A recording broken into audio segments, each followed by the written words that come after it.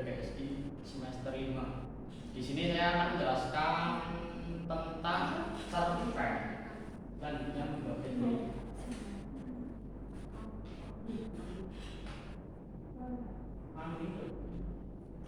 Yang pertama, pembahasan terkait cerpen. Pengertian cerpen.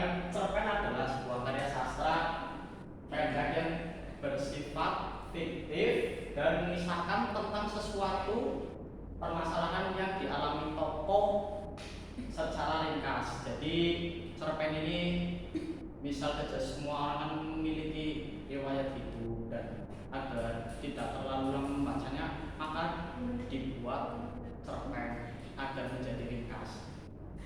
Dan yang kedua, ciri-ciri cerpen. Ciri-ciri cerpen yang pertama, peristiwa cerita yang ditampilkan tidak banyak dan rumit.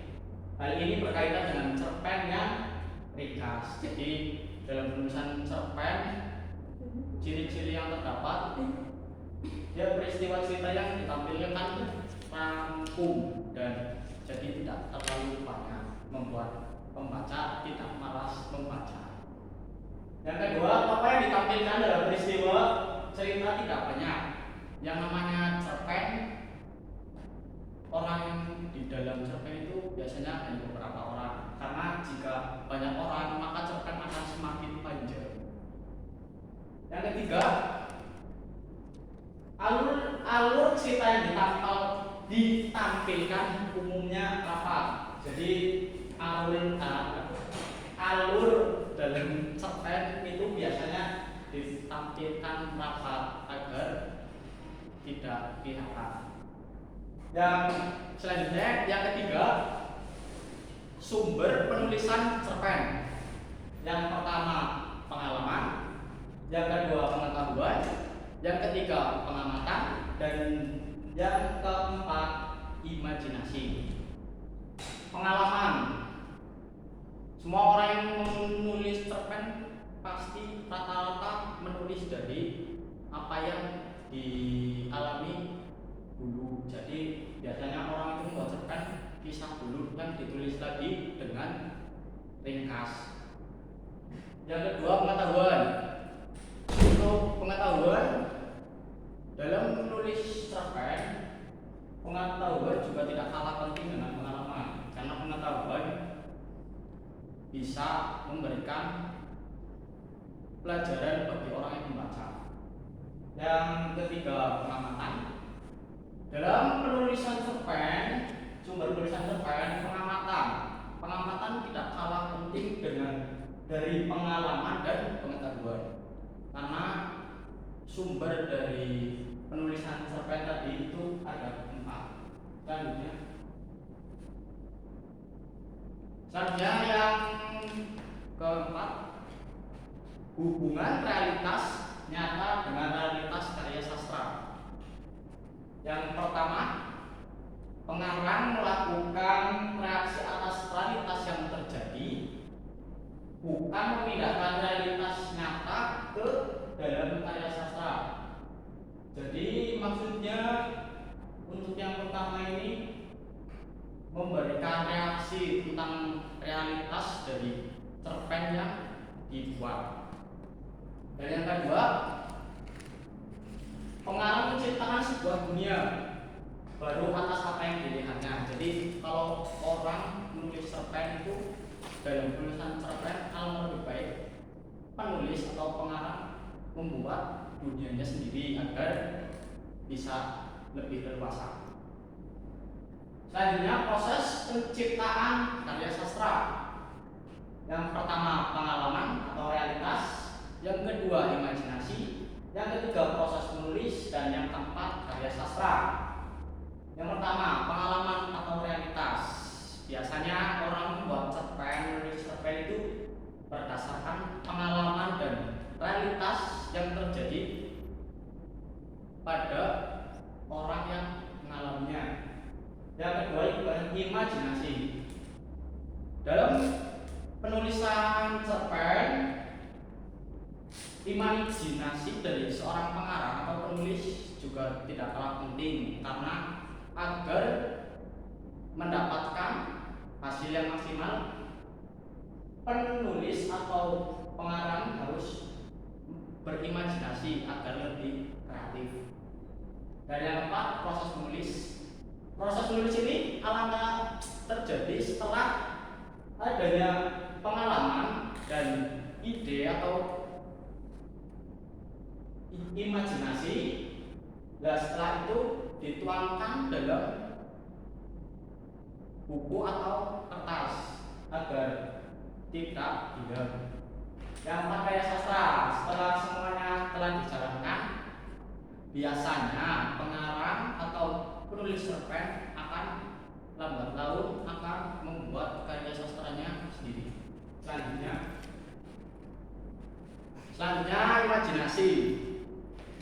Dalam hal ini, imajinasi adalah kekuatan luar biasa yang bisa menjadikan manusia berada dalam kondisi seperti sekarang ini.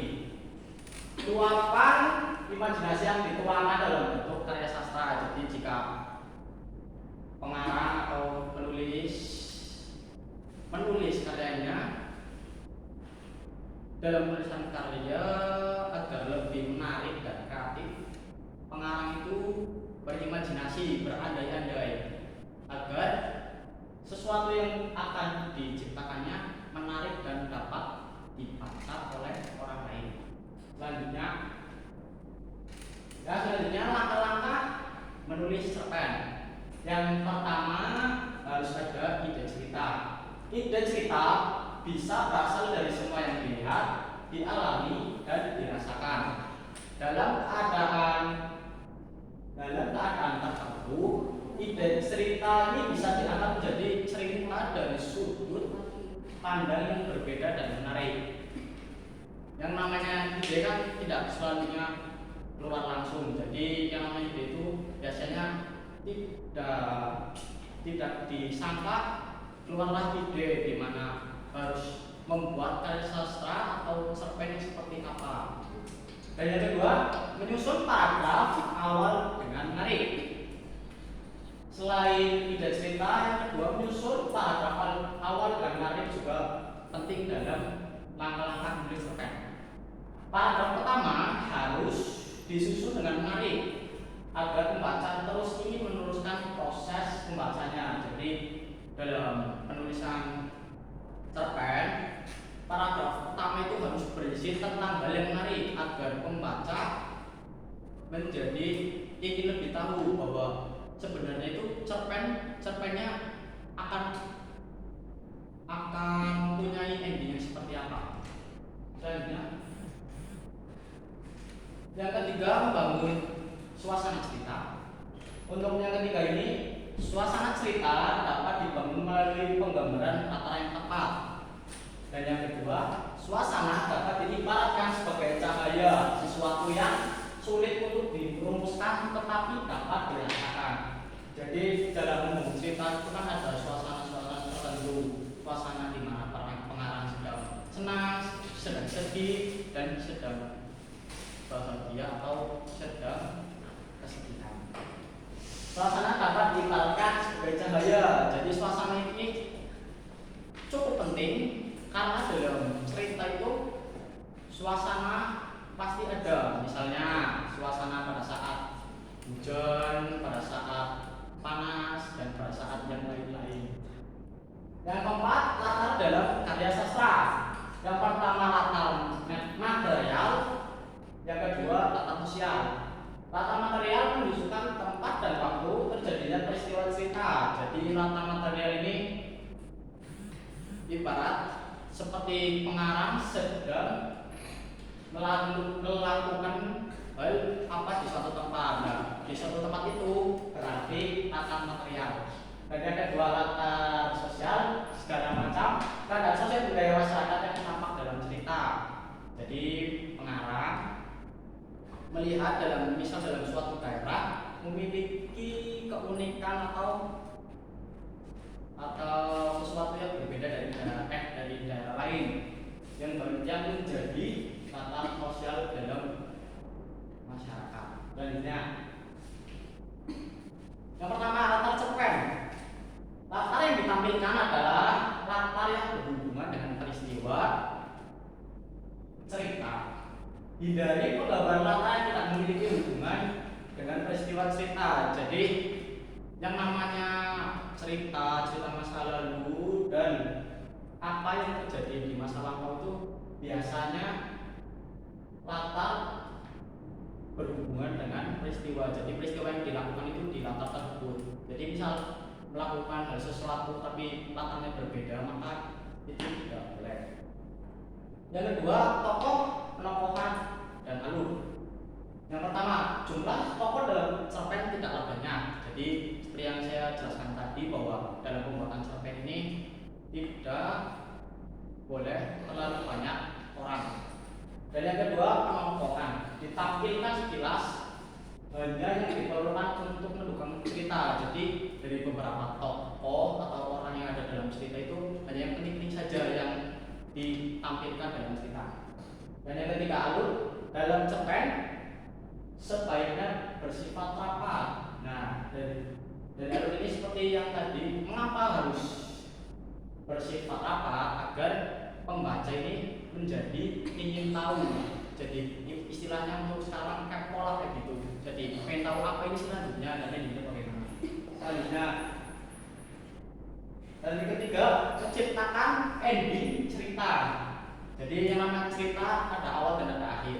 Dan yang ketiga ini menciptakan ending, berarti akhiran dalam cerita. Ending sebuah cerpen sebaiknya memberi sentakan atau kejutan. Jadi setelah pembukaan isi cerpen ya, yang ketiga ini di ending akan lebih baik membuat kejutan agar pembaca menjadi kaget dan surprise sampai itu misalnya.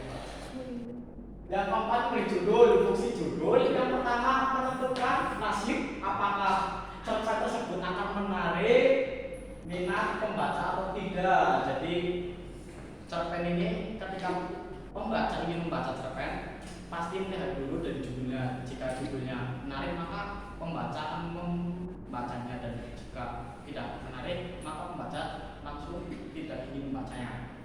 Yang kedua, memberikan informasi tentang isi cerita kepada pembaca. Jadi cerita ini berisi tentang hal-hal seperti apa, misalnya kebudayaan, keunikan dalam suatu daerah, dan lain-lain.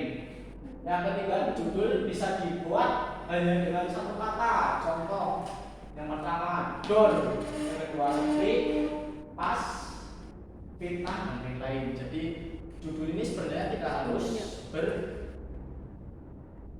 dari kata yang susah. Jadi dari satu kata saja misalnya kita juga bisa dijadikan sebuah cerita. Hanya untuk presentasi dalam pemenuhan tugas UAS Public Speaking mungkin cukup sampai di sini.